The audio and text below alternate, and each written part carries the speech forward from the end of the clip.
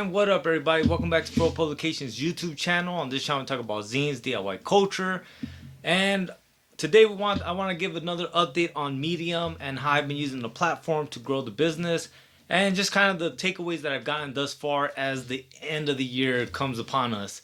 And beyond that, I do want to start getting back into some zine reviews. So we're gonna go ahead and do a zine review today of some comics sent to me by Jake Slingland, who's also I'm not sure if he's the main person heading up the Scarf Comics project, but that's how I got in contact with him, through Scarf Comics, and he shot me a little bundle of stuff that we're gonna talk about and get into.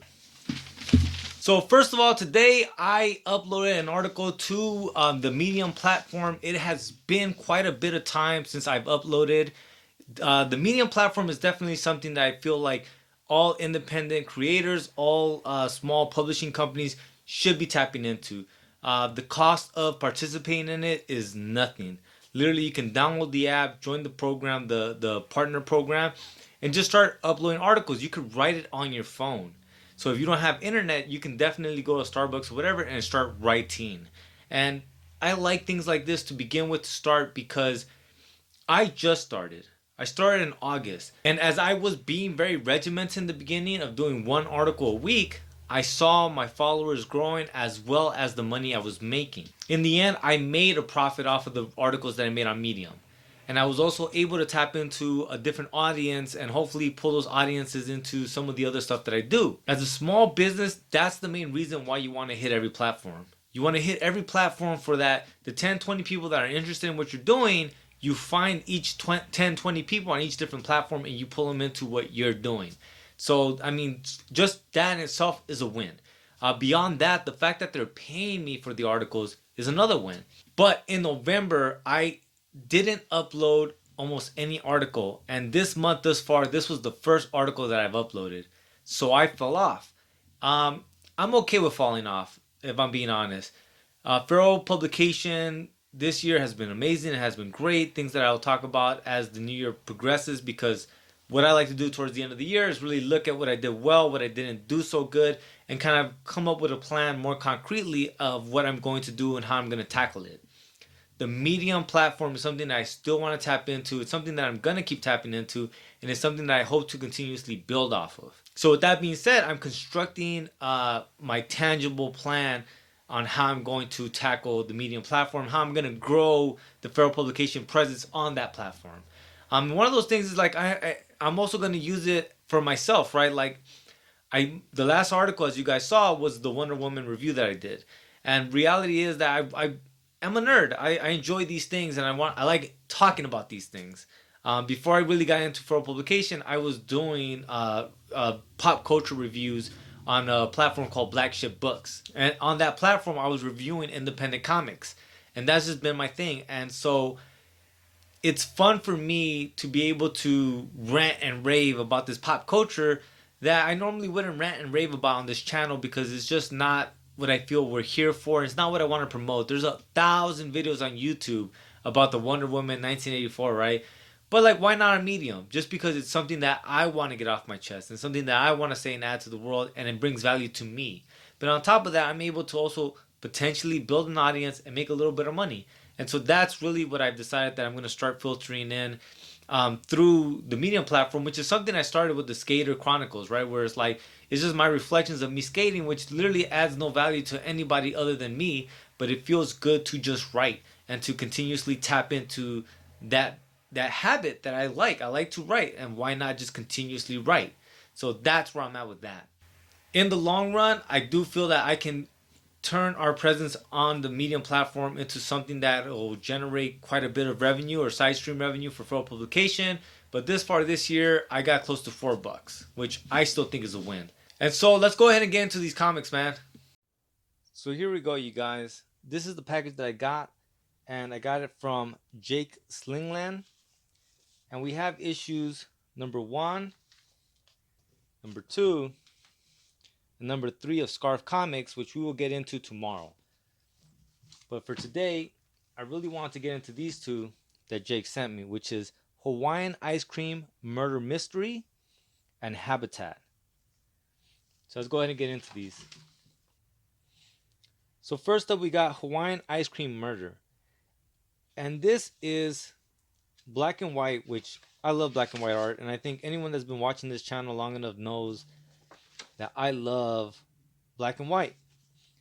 And you can tell that Jake is a really good cartoonist for multiple reasons in this comic. And some of it is that it is very cartoonish.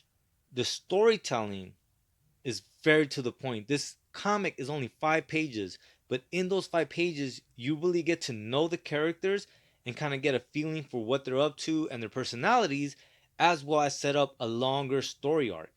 And that's something that's very, very difficult to do in 5 pages. If this was a traditional comic book page, this would probably be 2 pages. And he's able to do that in 2 pages, which makes me think about something like Will Eisner, who can tell a whole story within 8 pages. And a lot of it is not very heavily rooted in like exposition dumps. And what I mean by exposition dumps is like you'll see some comic book pages that have nothing but just word balloons everywhere.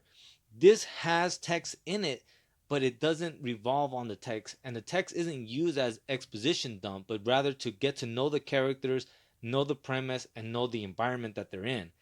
So this is this is something I think all cartoonists struggle with, and I know I'm one of them, of like setting it all up so clean. So he does it very, very clean, right? Like in these first 2 pages, you meet these characters, and then boom, and then the dilemma arises, and then you're off on your adventure, and it's just great storytelling.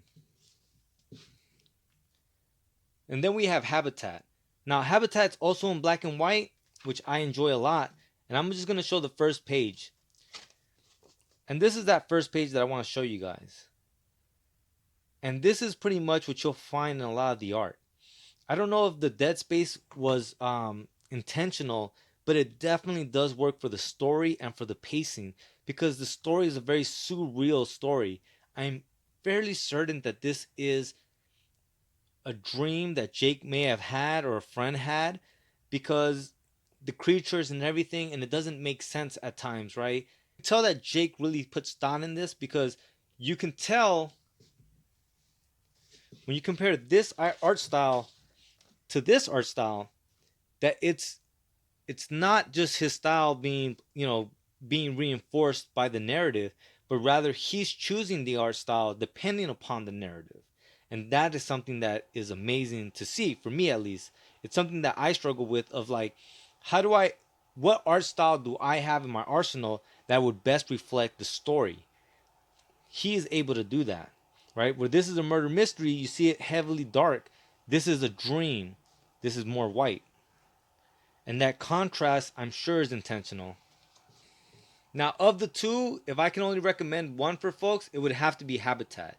Reason why I like Habitat is because, one, I love my animals, and really it scared me. The story premise scared me because of my pups, and I've dealt with that kind of situation.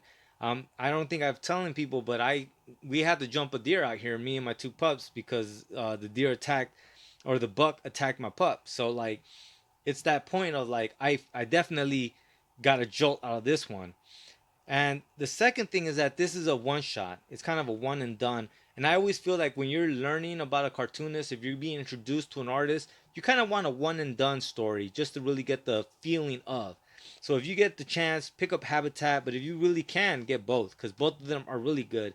Especially if you're a cartoonist, I really feel like Ice Cream Murder Mystery, I feel like if you're a cartoonist and you're into cartooning, this is probably the one you want to get, because I took a lot out of it just as a storytelling device. So this is definitely something I would recommend. So once again, you guys, we're going to go ahead and get into Scarf Comics tomorrow. And today we just got into Jake Slingland's work. And here goes Jake's Instagram handle. So this is the homie Jake Slingland stuff. Go ahead and show him some love. I will definitely be putting his information in the show notes. And he is the cartoonist that created the Hawaiian Ice Cream Murder Mystery, as well as Habitat. Oh, here it goes right there. As always, his information will be in the show notes, as well as Scarf Comics. So go ahead and show him some love if you get the chance. But alright, you guys, thank you so much for watching. Please like, share, and subscribe. Please let people know what the fuck we're doing so that we can continuously build this shit up. This YouTube channel is another thing that potentially we can turn this into a side stream of revenue for Furl Publications, and it just gives us more money in the community to continue doing what the fuck we're doing. So go ahead and like, share, and subscribe, you guys. All right, man. I'll see you guys tomorrow. Lates.